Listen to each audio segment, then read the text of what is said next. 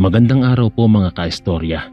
Bago ko po simulan ang ating kwento ay may natuklasan po akong matandang kasabihan. Ang kasabihan po ay ang mag-subscribe, like at comment ay seswertehin ngayon. At kung tatapusin mo ang kwentong ito ay mas lalo kang seswertehin. Simulan na po natin ang ating kwento.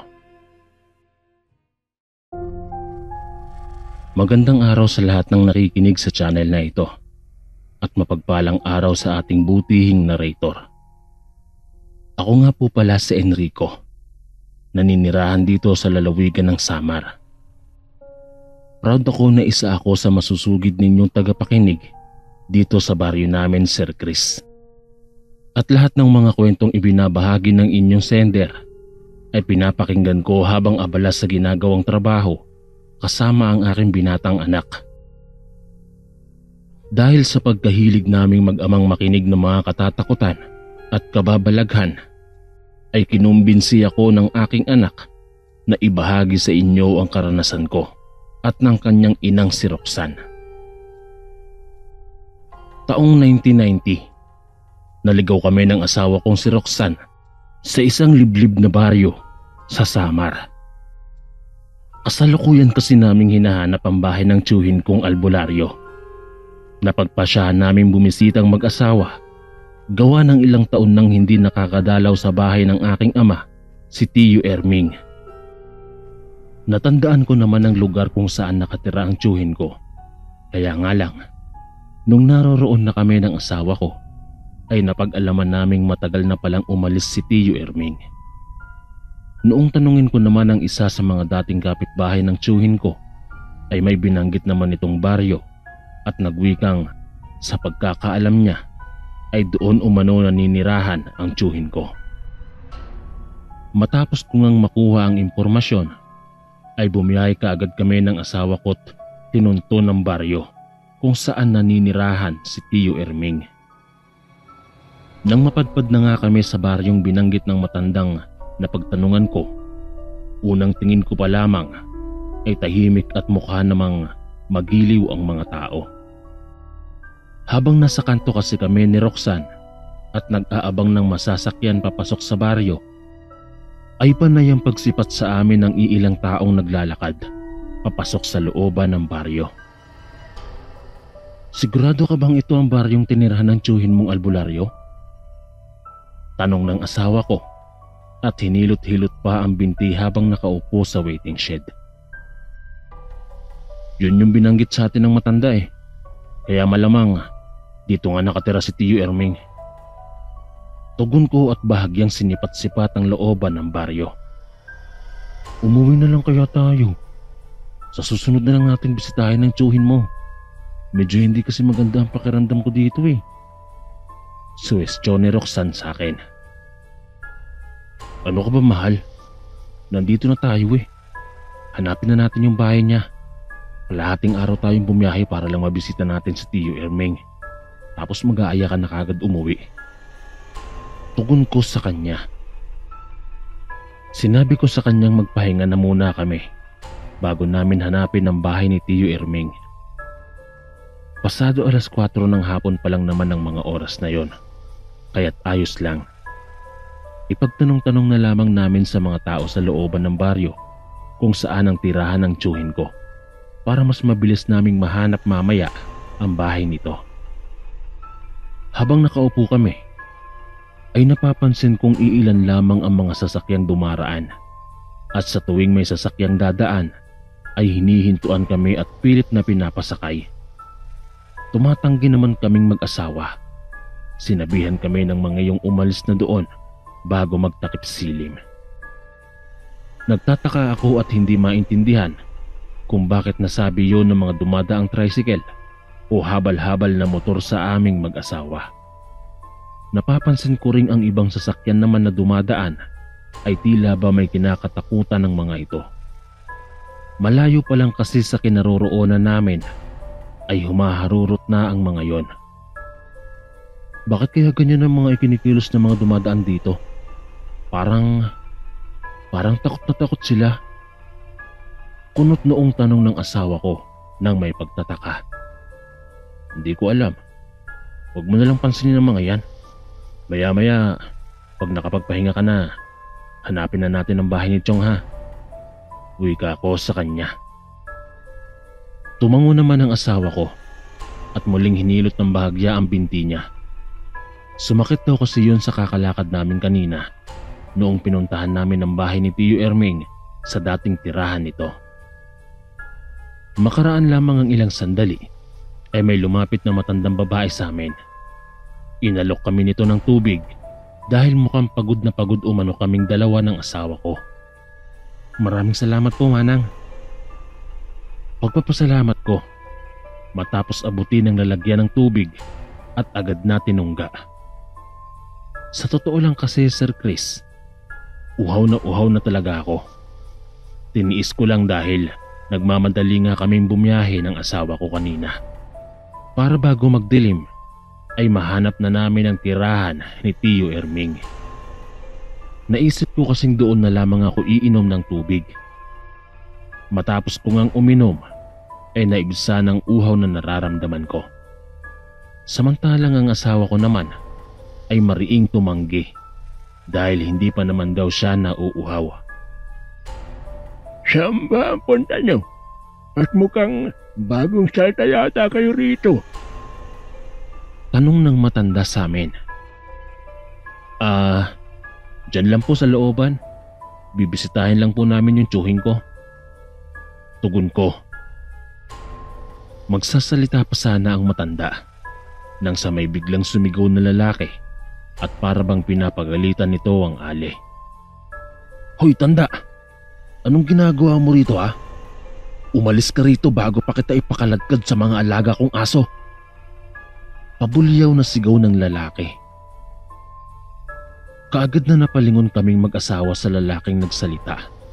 At nung tingnan nga namin yon, ay nakita kong dinuduro-duro ng lalaki ang matanda habang nagmamadaling maglakad papalapit. Agara namang nagmamadaling maglakad palayo ang matandang babaeng nagbigay sa amin ng tubig at para bang natataranta yon. Nang makalapit na sa amin ang lalaki, ay humingi siya ng paumanhin. Dahil ayon pa sa kanya, ay baliw umano ang matandang nakausap namin. Bahagya pa akong napaduwal. Sa isiping, baka marumi ang tubig na binigay ng matanda sa akin. Sa isip-isip ko pa, bakit uminom ako kaagad ng tubig na binigay ng matanda? Bakit hindi man lang ako nagdalawang isip na baka mamaya ay marumi yun o kaya naman ay may lason? Nako, kung nagkataon palang may lason ng tubig na binigay ng matanda, paniguradong bumulagta na ako. Sambit ko pa sa aking isipan. Nakangiting tinanong kami ng lalaki kung ano ang kailangan namin at bakit napadpad sa baryo nila. Sinabi ko naman ang dahilan kung bakit kami naroroon. Kako, bibisitahin namin ang bahay ng tiyuhin kong albularyo. Sandaling napatda ang lalaki bago nagtanong kung ano ang pangalan ng tiyuhin ko.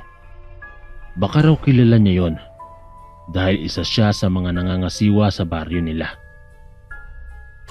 Natuwa naman ako nang marinig ko ang sinabi ng lalaki dahil sa wakas ay hindi na kami mahihirapan pang hanapin ang bahay ng tiyuhin ko. Medyo alanganing oras na kasi ng mga sandaling yon at papatakip silim na. Walang patumpik-tumpik na sinabi ko sa lalaking nagpakilalang Raul ang buong pangalan ng tiyuhin ko.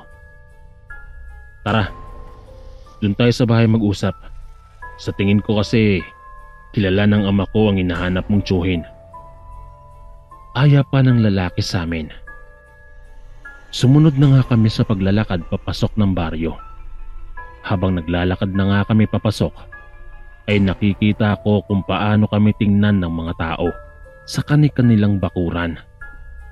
Parang mga ignorante ang mga ito at ngayon pa lamang nakakita ng dayo. Makaraan lamang ang ilang minutong lakaran ay nanlaki ang mga mata ko.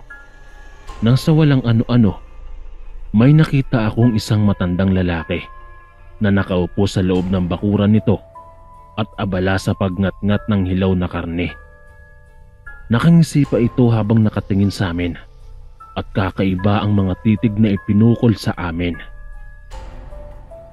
Hindi na maganda ang pakiramdam ko at maging ang presensya sa buong paligid ay parang dahan-dahan na yung nag-iiba. Biglang umalinsangan na ang buong paligid at umalingasaw ang napakabahong amoy. Naramdaman kong marahan nang naglakad ang asawa ko at mahigpit ang pagkakahawak sa kamay ko. Nung tingnan ko siya, ay nababanaag ko sa mga mata niyang para bang nag-aaya na siyang lumabas ng baryo at huwag na kaming tumuloy pa. Noong balingan ko naman ang mga taong nakasilip sa kani-kanilang bahay, ay kakaiba na ang mga titig na ipinupukol nila sa amin.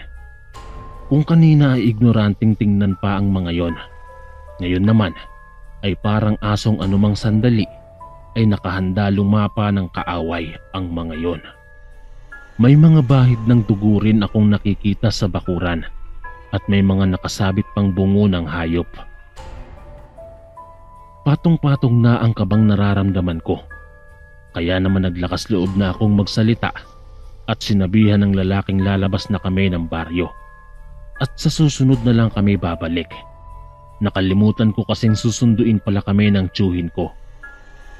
Hindi pa man nakasagot ang lalaki at hinila ko na ang asawa ko at dagli-dagling naglakad na kami palabas ng baryo. Halos lakad takbo na ang ginagawa namin ng asawa ko nang marinig kong sumigaw ang lalaki na harangan umano kami at huwag palalabasin sa teritoryo nila. Habang tumatakbo nga kami, ay nakita ko sa gilid ng mga mata kong may mga asong nagbabaga ang mga mata.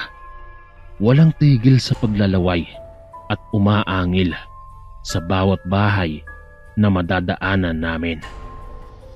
"Dalian mo, mahal!" Kabadong utos ko sa asawa kong dalian niyang maglakad dahil nakakaladkad ko siya. Nang malapit na kami sa kanto, ay nakita ko ang matandang babaeng nag-abot ng tubig sa amin kanina. May hawak siyang buntot ng pagi habang sinisigawan kami nitong magmadali na. Nakahinga ako ng maluwag nang tuluyan na kaming makalapit sa matanda. Nung lingunin ko nga ang pinanggalingan namin, ay laking gulat at takot ko nang makita kong tila ba mga dambuhalang asong nakakapangilabot pagmasdan ang walang tigil sa pag-angil habang nakatingin sa amin. Akala ng mga aswang kayong may mabibiktima na naman kayong inosenteng tao, ano? Sige, subukan nyo lang lumabas dyan sa teritoryo nyo at magkakaalaman tayo. Sigaw ng matanda at paulit-ulit na hinahampas ang buntot ng pagi sa kawalan. Sa tuwing hinahampas niya iyon, ay umaatungal naman ang mga yon na para bang nasasaktan. Nakarinig din kami ng huni ng wakwak at malakas na pagpagaspas ng mga pakpak at parang nagpapalipat-lipat iyon sa naglalakihang puno.